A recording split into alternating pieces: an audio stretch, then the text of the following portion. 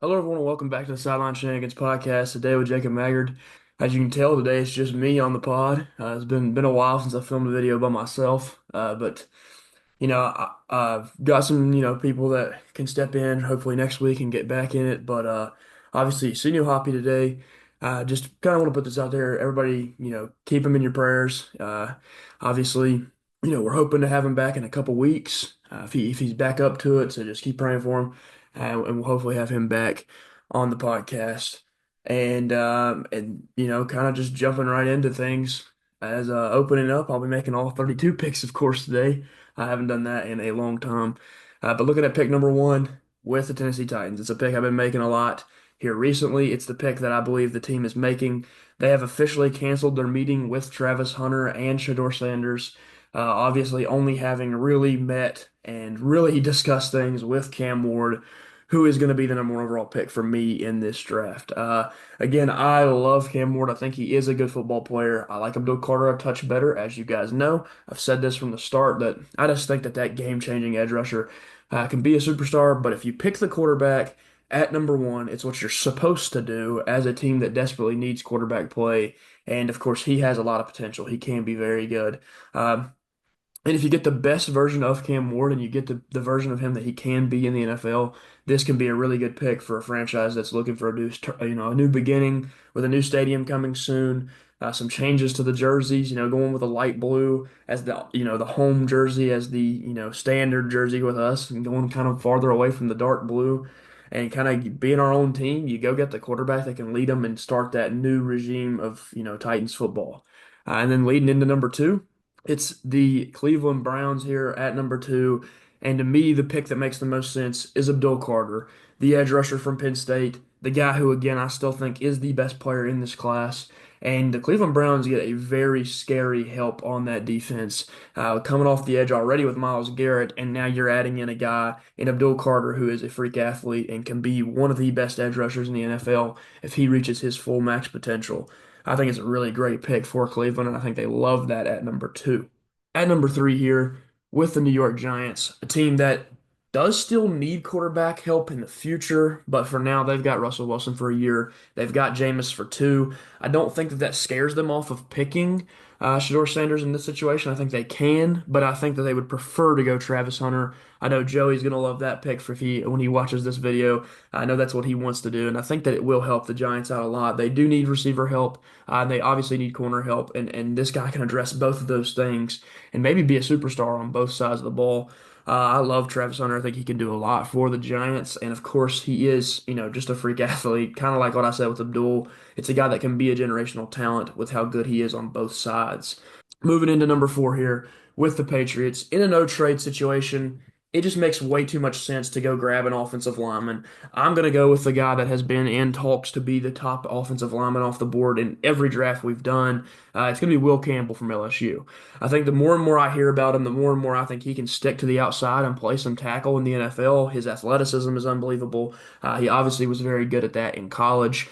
And he isn't the right length of arms. That's kind of a question mark there. But he is just explosive. He's a big guy, so he can definitely play the tackle position. And I think even if he goes to New England and can't stick at tackle, he's such a beneficial piece to move inside and play guard, which they need all offensive linemen, honestly. So that's the best pick for them to protect Drake May, keep him healthy.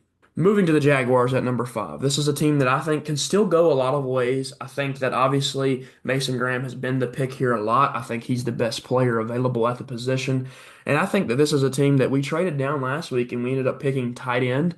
They could go Tyler Warren right here, or they could even go, a different route and maybe pick a receiver in Tedroa McMillan. That's a guy that can go here. I think that I'm going to stick with what I've been doing because I think he's too good of a player to fall down the board. But just keep those things in mind because maybe later down the road, getting closer to draft season already, we might have a draft where we go with a Tyrod McMillan or even a Tyler Warren at five, which would be a pretty high pick. Of course, a lot of people have him ranked inside that top 10 anyways.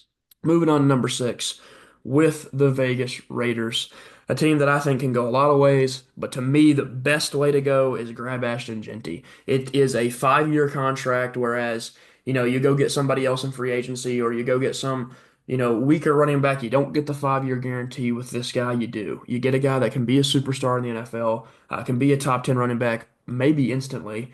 And if he comes in and is a game changer like he is expected to be, it changes the Raiders' offense in general. They've not had a great running game the last couple of years. Of course, Jacobs leaving definitely hurt that. And they haven't had really great offensive weapons overall. They just extended Geno. It just makes a lot of sense to get him a running back so they can really dominate in the run game. They have a pretty good offensive line. I think Ashton Jeanty is going to a situation that he's going to enjoy himself, and they're going to enjoy having him because of how good he is. Going into pick number 7 with the New York Jets, a team that can go a lot of ways. Quarterback is still a position they could end up drafting here. Shador could easily slide to 7, and the Jets could say that's our quarterback for the future. We can't really rely on Justin Fields being the guy forever unless he just turns into something. And I don't think that this team is scared to pick quarterback here, but I don't think that's what I'm going to do. I'm going to go out and grab a defensive lineman. Now, we haven't went to the interior defensive line much at pick number 7 because some of these guys have been dropping down the board.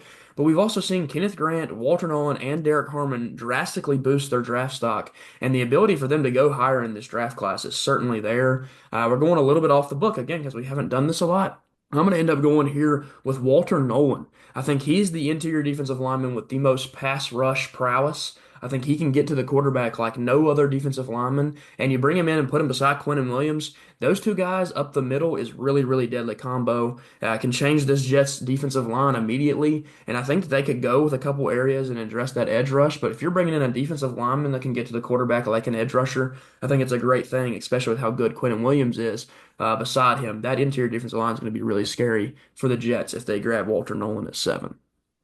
At number 8, with the Carolina Panthers, a team that desperately needs receiver help. The team after them is going to be upset because I'm going Tataroa McMillan at number 8 to the Panthers. We've went in different ways with them before. We've had them taking Tet before, but we haven't had it in quite some time. And I think Tataroa McMillan can certainly go to the Carolina Panthers. It's a team that they got one X receiver on the outside last year with Leggett, but Tataroa can be the superstar guy. He can, we haven't really seen all the stuff he's able to do.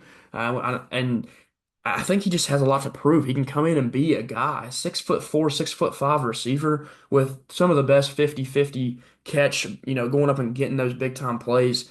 He really is an unbelievable athlete at receiver. I think the Panthers would be really happy to have him. And if Bryce Young plays like he did in the second half last year, maybe this team can compete in that division. It's not the strongest division in the world. Moving to number 9 with the New Orleans Saints. This is a team I think that's going to be pretty upset that they don't get Tetaroa McMillan. I think they were staring him in the eyes and they really, really wanted that player.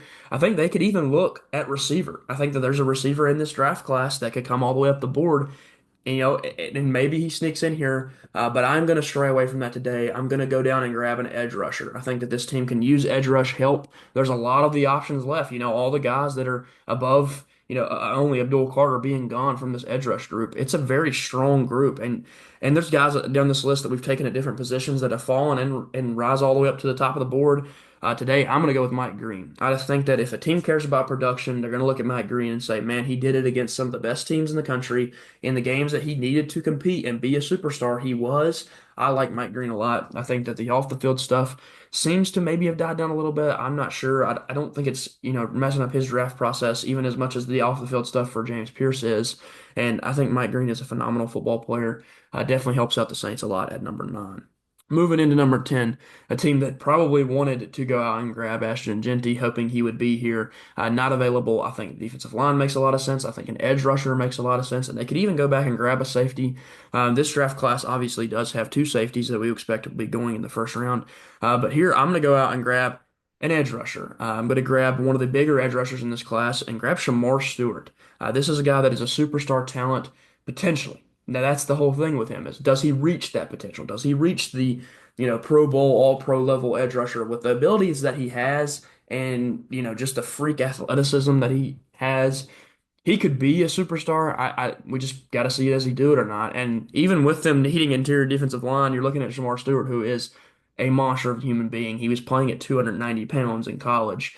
Maybe he can shift down and help you there too. I think Shamar Stewart has a lot of ability to do those things, potentially playing edge or D-line, as he's good at both. Moving on to pick number 11 here with the San Francisco 49ers, a football team that definitely needs a little bit of help at certain positions on the offense and defensive lines. But I'm going to slide back and draft a cornerback. With the loss of Travarius Ward, they definitely need to go out and address that position. Jahdae Barron has drastically boosted his draft stock with a combine day that was very impressive.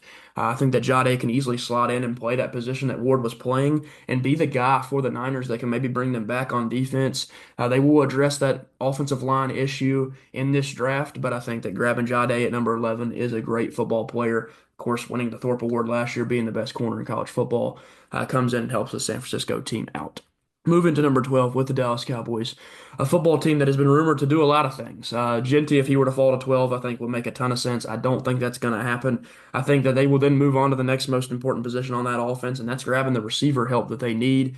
I'm going to have Matthew Golden rising to the top of the board and being drafted at number 12 overall. Of course, his combine day up there with Emanwari and Shamar Stewart was one of the best ones for draft stock.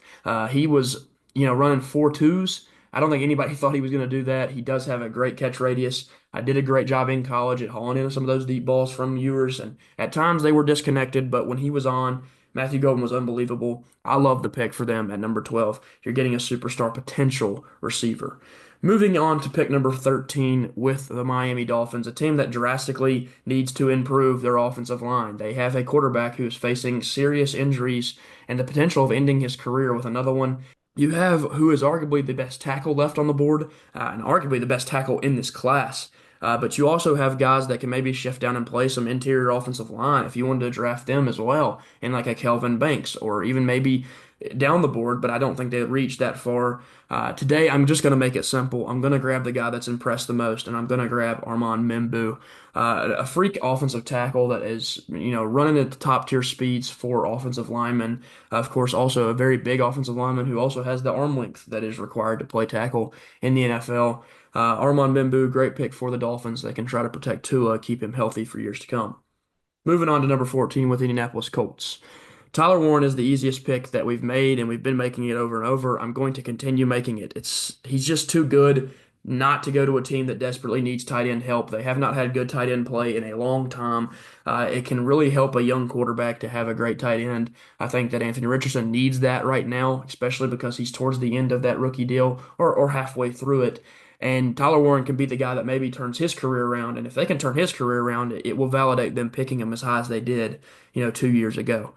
Moving on to number 15 with the Atlanta Falcons, a team that needs edge rush help. They haven't addressed the edge at all in the NFL draft. They don't seem like they're going to address that need, as they never do. But today I'm going to have them going out and grabbing an edge rusher, but not the prototypical edge rusher, as he's going to be listed as a linebacker in Jalen Walker, a kid that come from Georgia. So he is experienced in playing in the state of Georgia. And I think that he just is a dynamic player that can bring you that speed off the edge that we don't see from some edge rushers. And I think that that makes a lot of sense. He's down the road. You can go watch him play. I'm assuming they had scouts at those games checking in on him. And Jalen Walker's a freak. He is. He's a really good football player. He maybe has some things they got to smooth out because he hasn't always been an edge rusher. But I love Jalen Walker to the Atlanta Falcons to try to help that defense out, which has struggled at times. Moving on to the Cardinals at number 16, I'm making this pick for Hoppy. It's Josh Simmons, a freak offensive lineman that can potentially be the best in the class. He can go in there and help out a team that desperately needs some line help. Kyler Murray's been running for his life and faced injuries. And if you can keep him healthy, Kyler Murray has a ton of potential. Now he has struggled at times due to his size. Obviously, one of the smallest quarterbacks we've seen play in the NFL. But he's an absolute beast of an athlete. And if you get Josh Simmons to protect him, keep him healthy, I like the pick a lot for the Cardinals at number 16. At number 17, with the Bengals, a football team that is trying their hardest to keep Trey Hendrickson because if they lose him, I think they go edge rusher in this draft. But today I'm going to say that they hold on to him. They keep him in the system, keep Trey Hendrickson, and they still need to boost that defensive line. I'm going to go on the interior and grab Kenneth Grant from Michigan. The defensive linemen have kind of fallen off the board in today's draft. Walter Nolan going as high as he did. Now Kenneth Grant going at 17. Now that's thinning out those defensive linemen that we've seen drop in other drafts that we've had. I think that it makes a lot of sense for Kenneth Grant to go to the Bengals. They've got to be able to stop the run. They've got to be able to get to the quarterback. It's just not a great defensive unit at all. If you get a defense, this team can be a perennial playoff team with Joe Burrow on that offense, especially after they extended T. Higgins and Jamar Chase. The money is flowing on the offense, so you need to make draft picks for your defense. At number 18, with the Seahawks, a football team that can go on the interior and grab one of those offensive linemen. And I think that they could also go out and grab an edge rusher. I mean, there's definitely some needs at that position. But my favorite pick for them is Jahad Campbell. He is a linebacker that can play edge if you need him to. I don't think that's what he does in the NFL, of course. I think he sticks at the linebacker position as I think he's the best true linebacker in this class. But Jahad Campbell is a difference maker. He is a freak athlete. He is a super good player and proved that many times in college. I think the Seahawks will love getting him at number 18.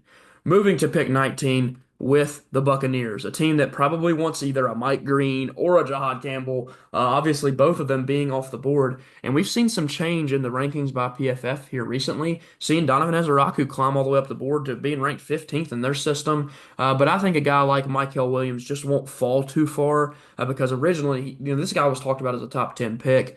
I like Mykel Williams. I think he is a very good edge rusher, one of the better edge rushers in this class, of course. And he just is a huge guy. I mean, he's a big edge rusher.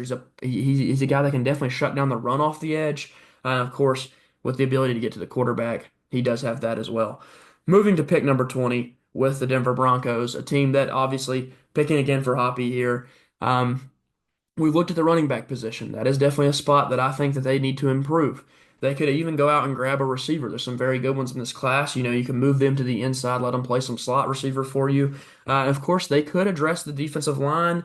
But today, I'm just gonna stick with the simple pick that we've been making over and over for the last couple weeks, and grab a Marion Hampton. He's just unbelievable. He really is. He's a guy that can go as high as the top 15 in this draft. There's definitely running back needy teams that if Genty's gone, they can reach and grab Hampton. And I do think that this class is loaded with running back talent, but I think that Hampton has separated himself from the rest of the pack and Genty has separated himself from Hampton. But I think Hampton is that good. He is better than the rest of the class other than Ashton Genty, and he makes a ton of sense at pick 20 for a team that has desperately needed running back play. They've not had any good running back play for a long time. You go out and grab a Marion Hampton, he can come in and immediately change that for the future of this team. Moving to number 21 with the Pittsburgh Steelers. And there's one guy that's fallen down the board that, at times we've had going inside the top 10. We've had going at number 3 even. And that is Shedeur Sanders. If they do not go out and grab Aaron Rodgers, I think it's the easiest pick in the book. If they do go out and grab Aaron Rodgers, I still think that they could potentially pick him because of the positional need. Aaron Rodgers is not playing quarterback for you for 5 more years. He's playing a year or two more, and he's probably retiring. Go grab Shedeur Sanders. You have the 5 years of control. He's cheaper at 21 than he would be all the way up at 3 to the Giants. I love this pick for the Steelers. I think that if he can be the guy he can be and be that accurate quarterback that does not make a lot of mistakes, does not turn the ball over, he can be pretty good in the NFL, and especially for a team that has everything else, you just need a quarterback that can come in and win for you. You don't have to have a superstar. I like Shedeur Sanders at 21 going to the Steelers.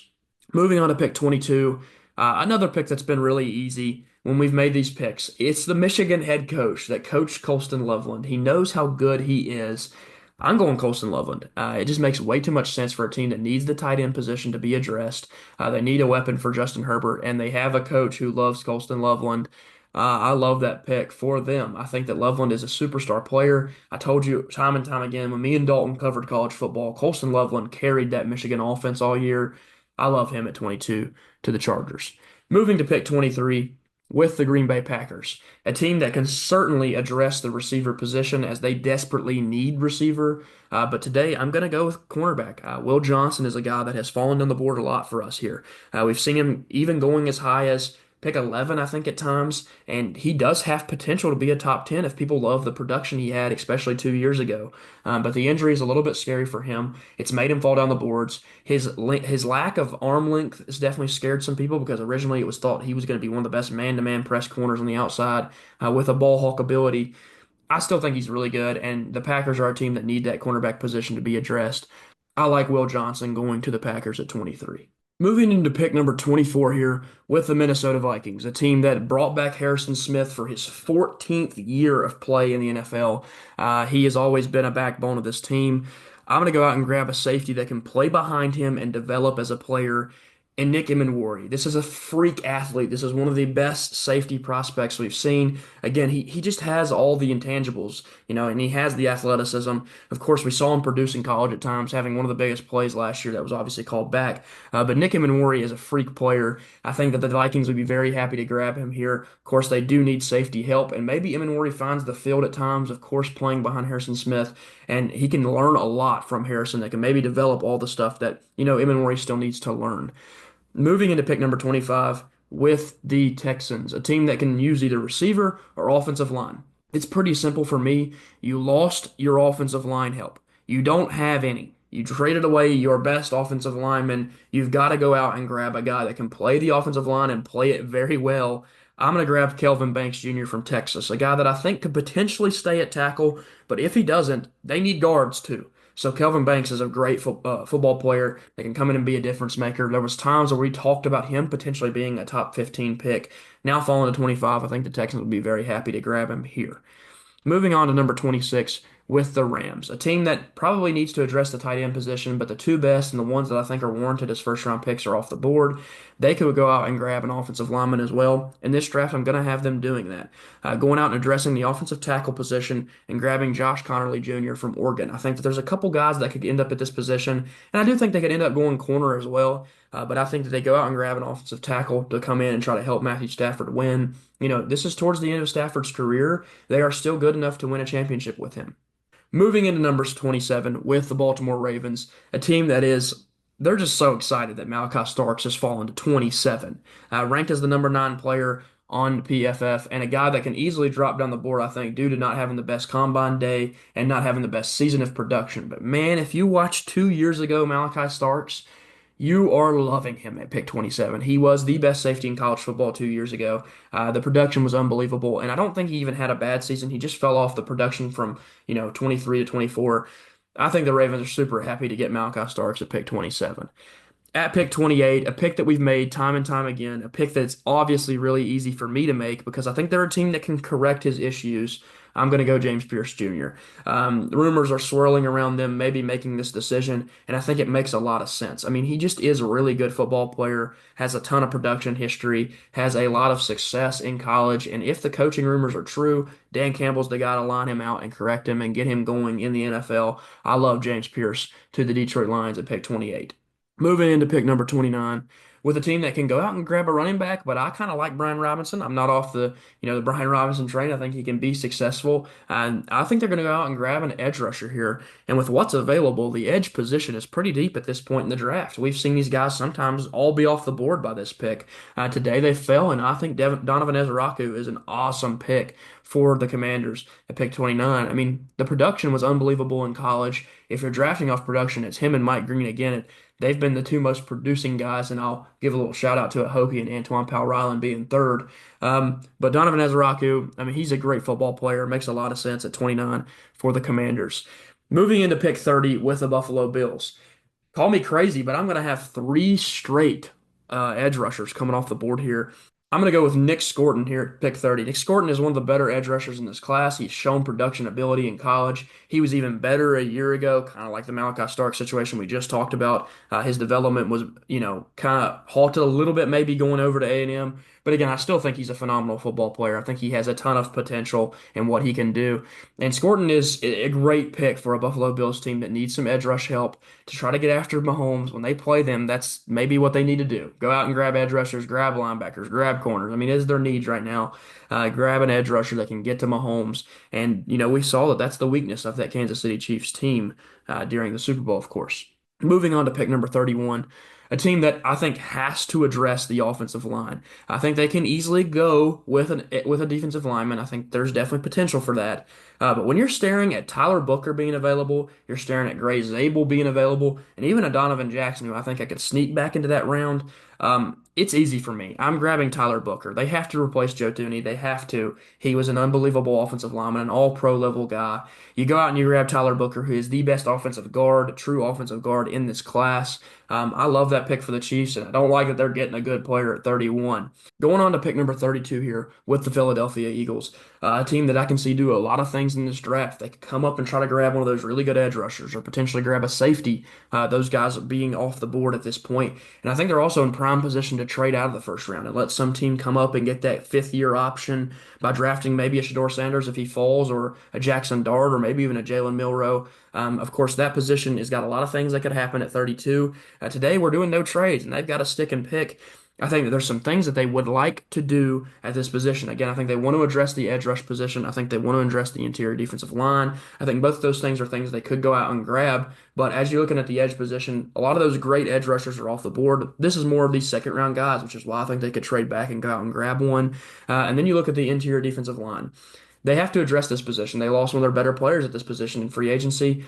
I'm going to go grab Derek Carman. We've had him going as high as pick 17 to the Bengals, I think, at times. And today we're going to have him falling all the way there. I think, again, the Eagles love getting the value, and he is a value pick at pick number 32. As we're looking at the entire draft board here, picks 1 through 32, obviously, like I said before, no trades. And, interesting draft today. We had those defensive linemen coming off the board early on. I think Walter Nolan potentially going at 7 is, it's really high, but his pass rush ability is unbelievable. He is one of the better pass rushing defensive linemen in this draft. And I think if he can get after the quarterback like that, a team could pick him as high as 7. And then obviously you look at Shador Sanders falling to 21. That's a position that if he goes there, it kind of seems to be more of that position. A great pick, honestly, if you're thinking as the Steelers who can get a young quarterback all the way there at 21, and it's not going to be more of a project like a Milroe or a Dart or any of those guys down the board. And then you look obviously down towards the bottom of the board, those three edge rushers going in a row. A team like the Eagles probably would like one of those guys to fall to them. James Pierce, Donovan Ezraku, Nick Gordon. Of course, those guys are going to be difference makers on those teams if they end up going to those places. And of course, I'll always go back and talk about number one, grabbing Cam Ward with the Titans. Maybe he's the future. Maybe he is the guy. He is a quarterback that has a lot of potential. His pro day was phenomenal. His college tape, if you watch it, he was a really, really good player in college. He is a very nonchalant player. That's something that people have kind of, talked about all the time with him. And again, I just think he has a lot of ability. I think that he can be a star quarterback at some point. He's just got to develop, and hopefully the Titans can do right by him and develop him into that guy. I like Cam Ward obviously a lot at number one. Well, that's going to do it for today's video. Obviously, I had a lot of fun filming this one. Doing it by myself, it's the first time I've done a, by myself video in a long, long time. Of course, we are hoping to have some people back next week with me. Maybe get Joey on. We'll film maybe on a different day to try to get him in here. And again, pray for Hoppy. Keep him in prayers. Hopefully we'll have him back here in a couple weeks on the videos, and hopefully he feels up to it to get back on and really get some filming going with us, and maybe make it back for that very last draft right before the NFL draft happens. Um, Obviously, if you guys are staying to the end, hopefully you give it a like, subscribe, follow along. I enjoy making these videos a ton. It's obviously some of the best things to do is go on here and talk about these drafts. I could talk about it all day with everybody, as you guys know if you've watched. I'll talk a lot about these players in this draft, and it's definitely something I care about and like to really look into. And I look forward to draft day. That's going to be a ton of fun. I can't wait to see what the Titans do, and obviously just see what happens and shakes out for the rest of that draft. That's pretty much it. We're going to look to film again next week. Same time, same place. Show up at 7:30, 7 o'clock, somewhere in that area on Monday. Mock Draft Monday, of course. And again, thank you guys so much for watching. Like, subscribe, follow along, and peace.